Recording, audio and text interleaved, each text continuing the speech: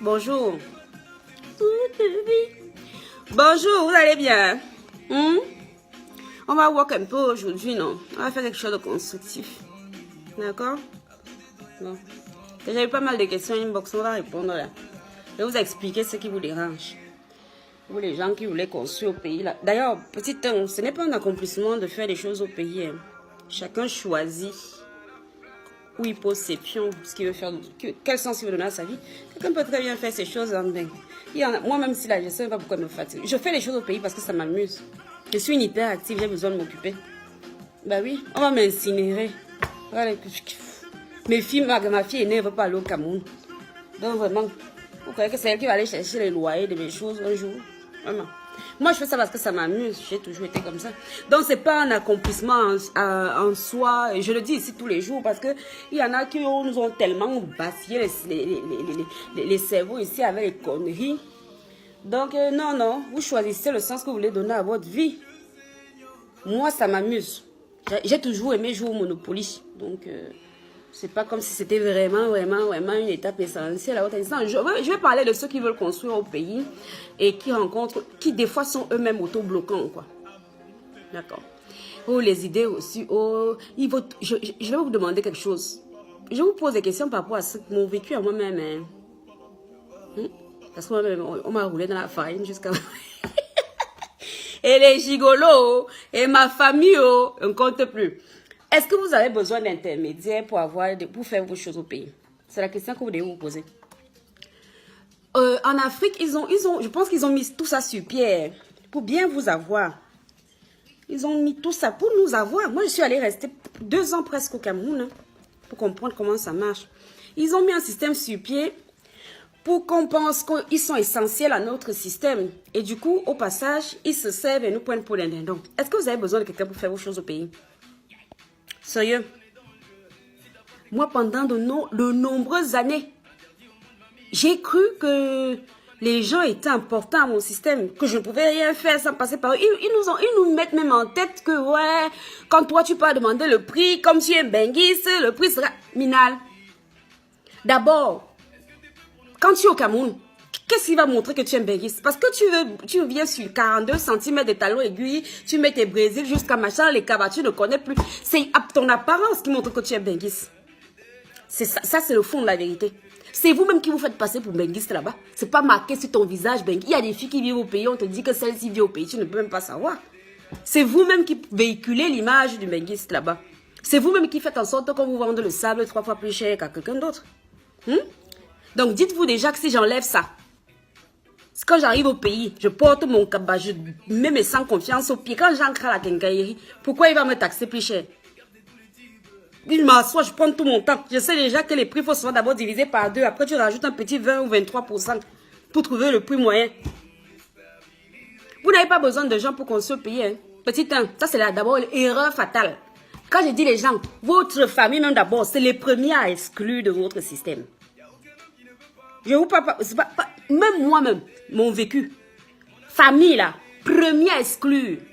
Une comme moi là, mon petit frère ingénieur du bâtiment, mon petit frère. Petit frère, pas cousin, petit frère, même père, même mère. Il est même là sur Facebook. Est-ce qu'il a dit, la seule fois de ma vie, je crois que c'était en 2014, où je lui ai donné une avance pour me faire une clôture de ma maison à la boule bleue que mon gigolo est resté avec là. Il a piac avec. Votre famille d'abord, c'est même pas la peine de traiter affaire avec eux. Vous traitez affaire avec votre famille, pourquoi? C'est mon cousin qui supervise. Moi, ces erreurs-là, je les ai faites. Un jour même, je vais vous donner une anecdote. C'était en 2015. Je suis comme ça, moi je suis toujours... J'étais repartie au Cameroun, je suivais mes travaux. Mon frère était assis au bar d'en haut. Mon petit frère que j'avais laissé pendant le temps, il suivait un peu mes travaux pendant un moment. Pas celui qui est ingénieur, l'autre. Il n'avait rien à foutre de séjourner. Il lui a dit que tu veux ça là, comme ça, tu peux prendre l'argent chez Western, je t'envoie, Je le trouve assis au bar, il ne m'avait pas vu arriver. Il dit que ouais, vraiment, il est en train de vraiment perdre son temps avec le peu d'argent que lui donne. Lui connaît même ses amis, là, un ami, si c'est qui Choufak, qui a conçu une maison derrière le chantier de son frère, qu'il suivait, si c'est où. Mon petit frère, il avait tellement déjà bu les Guinness le jour là que il ne s'est pas rendu compte que j'étais derrière lui. Donc, Petit 1, excluez tout ce beau monde de votre système. Vous n'avez besoin de personne pour construire votre truc. Avec WhatsApp, si je vous ai donné le secret, hein, moi je trouvais quelque chose qui fonctionne. Vous embauchez un petit jeune là qui ne fout rien, qui sait utiliser WhatsApp. Vous lui collez le forfait une fois par semaine. Son seul travail, il est sur votre chantier. C'est vos yeux et vos oreilles.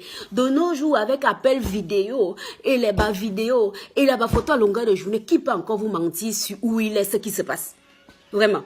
Le quincaille, moi je paye tout moi-même. J'achète tout moi-même. Je commande tout moi-même. Je paye directement mes interlocuteurs.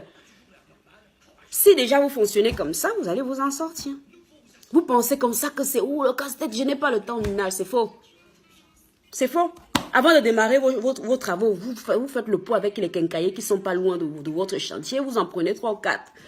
Au début, vous allez un peu traîner parce que vous essayez de trouver le plus dynamique. Parce que les Camerounais, il manque un peu de dynamisme. Mais il doit arriver à 8 h, lui, c'est à 11 h qu'il va se réveiller. Dès que vous trouvez celui qui veut travailler, puis par contre, il faut payer les gens rémission. Ça, c'est clair. La part du gain. Voilà. Vous trouvez un système qui fonctionne, il vous livre, vous êtes payé, il vous livre. Vous avez votre petit mougou là, qui a un appel vidéo. Vous comptez vous-même votre livret. Est-ce que vous livrez 10 fois par jour le même chantier? Non. Vous avez un créneau horaire que vous vous consacrez à vos livraisons dans la journée. Si c'est de 7h30 à 8h tous les jours, vous savez que de 7h30 à 8h tous les jours, vous ne faites rien d'autre. Vous supervisez vos livraisons. Tel est où? Oui. 3 faits de machin, 3 faits de machin, 4 faits de truc. Mais si on voit, il envoie la facture sur WhatsApp, c'est bon, ok. Vous débloquez le versement d'argent. Ça ne marche pas. Ça va vous coûter quoi? 60 000 francs peut-être de main d'œuvre pour le petit Mourou qui est là H24 sur votre chantier avec son téléphone WhatsApp. Et attention, il faut que le gars ait les power bank parce qu'il ne faut pas qu'il vous sorte souvent les choses de haut. Je n'avais plus de batterie alors qu'il est assis au bas. C'est tout. Donc, arrêtez ça. Et puis, deuxième point, il y en a, ouais, je vais faire. Oh, j'avais demandé un devis en 2002. Oh, vraiment, après, oh, je veux... Comment vous pouvez lancer des choses si déjà vous ne matérialisez rien? Les gens ils disent que vous avez lancé un devis d'immeuble, c'est quand. Tu as les plans? Non. Tu as alors quoi? Rien. Moi, je vous ai donné des fois mes astuces ici. Ce n'est pas pour rien que je donne des noms à tout ce que je fais. Si vous ne matérialisez pas vos choses, comment elles peuvent être palpables? Oui. Quand je vous dis aujourd'hui, je démarre Chloé, parce que le bâtiment s'appelle Chloé. Il devient un individu. Il devient un enfant que je dois nourrir, un enfant que je dois élever. Je commence à avoir des responsabilités. Ce sont mes petites astuces. C'est comme je vous avais dit que si vous voulez avoir la valeur de l'argent, il faut matérialiser. L'argent comme ça, c'est pas matérialisable. C'est quelque chose... Si par exemple, vous savez qu'un sac de ciment, c'est 4500 francs, 4500, 4800 francs suivant la marque. Si vous convertissez votre argent en sac de ciment, vous allez vous rendre compte que... ou pire, si vous savez que votre parpaing, c'est 200 francs. Si à chaque fois vous convertissez votre argent en nombre de parpaings, si vous savez que pour élever 80 parpaings, il faut un sac de ciment, et bien quelque chose qui va... comme ça, sembler peu important, de 4500, vous allez vous dire, « Aïe, je suis en train de perdre ce qui aurait pu m'aider à élever 80 par peu. » Voilà, c'est comme ça. Ce sont des petites astuces, c'est tout. D'accord? Donc, matérialisez vos choses. Il faut rendre les choses factuelles. Sinon, vous ne vous en sortez pas. Écartez-moi toutes les personnes qui vous racontent là que vous êtes benguistes. C'est pour ça que vous ne pouvez rien faire sans eux. C'est faux. Nous avons tous une grosse part d'authenticité en nous. Une comme moi, je vous parle ici avec mon accent là. C'est quand j'étais encore dans ma naïveté de Oraland là, où ceux qui me connaissent peuvent vous dire, ici, quand vous vous trouvez en comité de direction avec les whites, on te dit encore que c'est Angoula. Même mes téléphones, mon téléphone pro, ma messagerie vocale, tu entends le message, on te dit encore que c'est Angoula. En plus, bon, moi chez les whites, tu portes mon nom d'usage, Baquez. Les gens sont souvent étonnés de voir arriver une noire. Mais est-ce que ça fait de moi quelqu'un, quand je vais au Cameroun, j'entre, je vais au marché, je mets mon cabas, qui va m'expliquer que je dois acheter la tomate plus chère parce que je suis bengue? C'est vous-même qui voulez qu'on sache que vous êtes bengue. C'est vous-même qui véhiculez cette image-là. Sauf que quand vous faites vos affaires, c'est pas la peine. Vous venez garer la grosse voiture pour devant la quincaillerie, vous venez négocier le prix. Les vieux taxis percés sont finis. Des petits détails comme ça qui vous enferment vous-même dans votre système. Et après, vous ne vous en sortez pas. Vous commencez à aller regarder la vie des autres. C'est ça qui se passe ici sur Facebook. Puis arrive tonton aigreur. Vous êtes là pour comparer vos vies aux vies des autres. Vous vous levez. Elle fait comment? Pourquoi elle est comme ça? Pourquoi si? Pourquoi ça? Ah, que le temps appelle. Sur ce, bonne journée. Je démarre Chloé aujourd'hui. Je vous ai dit que 2019, là, vous allez confirmer le bon code. Je n'ai pas de... Je suis comme ça. Je promets, je le fais. D'accord? Je démarre Chloé, là. Septembre, je dois avoir terminé. Je me donne des objectifs à atteindre. Si vous ne resserrez pas vos objectifs, vous allez avoir tout le temps. Si j'ai beaucoup de temps disponible, je vais recommencer à faire mes voyages comme je faisais mon tour du monde. Ça me servait à quoi? À rien. Moi, j'ai déjà fait ma crise de la quarantaine, c'est fini. Ok? Allez, mettez-vous au boulot, arrêtez de vous faire niquer la gueule par les fêtes. Virez-moi tous les bêtises là. Vous prenez WhatsApp, les petits pères. Il y a des jeunes là qui cherchent du travail. 60 000 au mois. C'est même trop payé. Ouais, il peut 50 000 de temps en temps, vous achetez 10 000. Il va prendre. Voilà. Voilà mes secrets que vous donnez ce soir gratuit. Vous partez ça, après vous partez m'insulter dans vos sales bars. D'accord? Bonne journée.